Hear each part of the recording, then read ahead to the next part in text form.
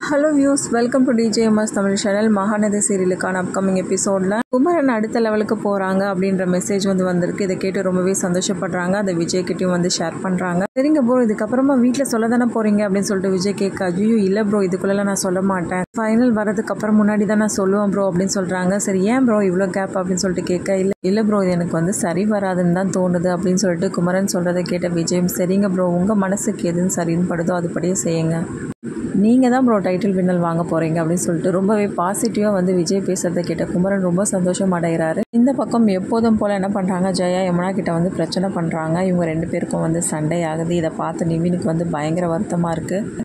எப்போ பாரு சண்டை போட்டுட்டே தான் இருப்பீங்களா, எனக்கு நிம்மதியாக இல்லாமல் போயிடுச்சு அப்படின்னு சொல்லிட்டு என்ன பண்ணுறாரு, தன்னோட வருத்தத்தை தெரிவிக்கிறாரு நிவின்.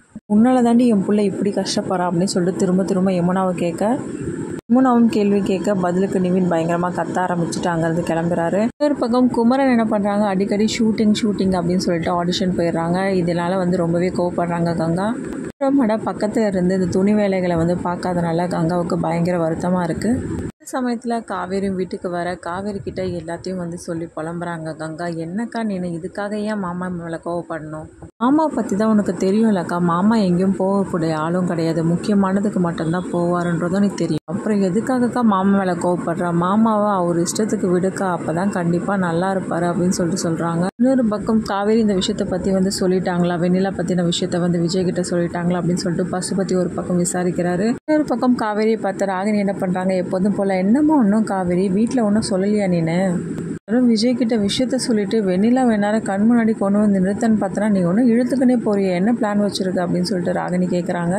இந்த பிளானும் இல்லை ராகினி, எதுக்காக திரும்ப திரும்ப இதே பற்றி கேட்டுட்ருக்க, அப்போ இதை பற்றி கேட்காம வேறு எதை பற்றி என்ன கேட்க சொல்கிறா, இதுதானே முக்கியமான விஷயம் காவேரி. இங்கே பாரு ராகினி, நான் கூடிய சீக்கிரமே எல்லா உண்மைகளையும் நான் அவர்கிட்ட சொல்லிடுறேன், அது வரைக்கும் எனக்கு கொஞ்சம் டிஸ்டர்ப் பண்ணாமல் இரு அப்படின்னு சொல்கிறாங்க. என்ன குரலெல்லாம் வசதி பேசுகிற, இப்படிலாம் பேசக்கூடாதுமா அப்படின்னு சொல்லிட்டு என்ன பண்ணுறாங்க, ராகினி அப்படியே மெலோடியாக பேசிட்டாங்க கிளம்புறாங்க. நாளுக்கு நாள் இவ பண்ணுற டார்ச்சர் எல்லாம் தாங்கிக்கவே முடியலையே கடவுளே அப்படின்னு சொல்லிட்டு என்ன பண்ணுறாங்க யோசிக்கிறாங்க. அதுக்கப்புறமா விஜயோட பிறந்தநாள் பரிசை என்ன பண்ணுறாங்க, வெண்ணிலாவை கொண்டு கண்ணோட நிறுத்துகிறாங்க. விஜய் இதை பார்த்து விஜய் பயங்கர அதிர்ச்சியாகி போய் நிற்கிறாங்க. என்ன அப்படின்னு சொல்லிட்டு எல்லா விஷயத்தையும் சொல்கிறாங்க. வெண்ணிலாவுக்கு பழைய ஞாபகம்லாம் மறந்து போச்சு, ஒரு சின்ன ஆக்சிடென்ட்னால. அதுக்கப்புறம் அவள் எங்கே இருக்கான்னு அவளாலே தெரிஞ்சுக்க முடியல, அதனால தான் உங்களை தேடி இவ்வளோ நாள் வரல அப்படின்ற மாதிரி சொல்கிறாங்க.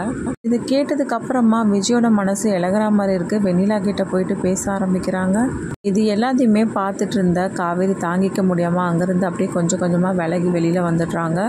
தாத்தா பாட்டி எல்லாருமே கேட்குறாங்க வெண்ணிலா பற்றின விஷயங்கள். அதுக்கப்புறமா எங்கப்பா காவேரியை காணுமே அப்படின்னு சொல்லி தாத்தா கேட்க, தெரியல தாத்தா அப்படின்னு சொல்லிட்டு என்ன பண்ணுறாங்க, விஜய் உடனே காவேரி தேடி போகிறாரு. காவேரி காணாமல் போயிட்டாங்களே அப்படின்ற மாதிரி தேடி தேடி அலைகிறாரு.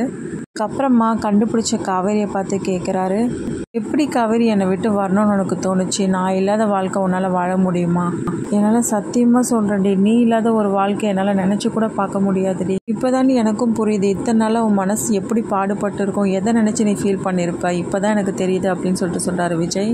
வெண்ணிலா பற்றின விஷயத்தை பற்றி நம்ம ரெண்டு பேரும் சேர்ந்தே ஃபேஸ் பண்ணுவோம் அப்படின்னு சொல்லிட்டு அங்கேருந்து காவேரி கூப்பிட்டு கிளம்புறாங்க.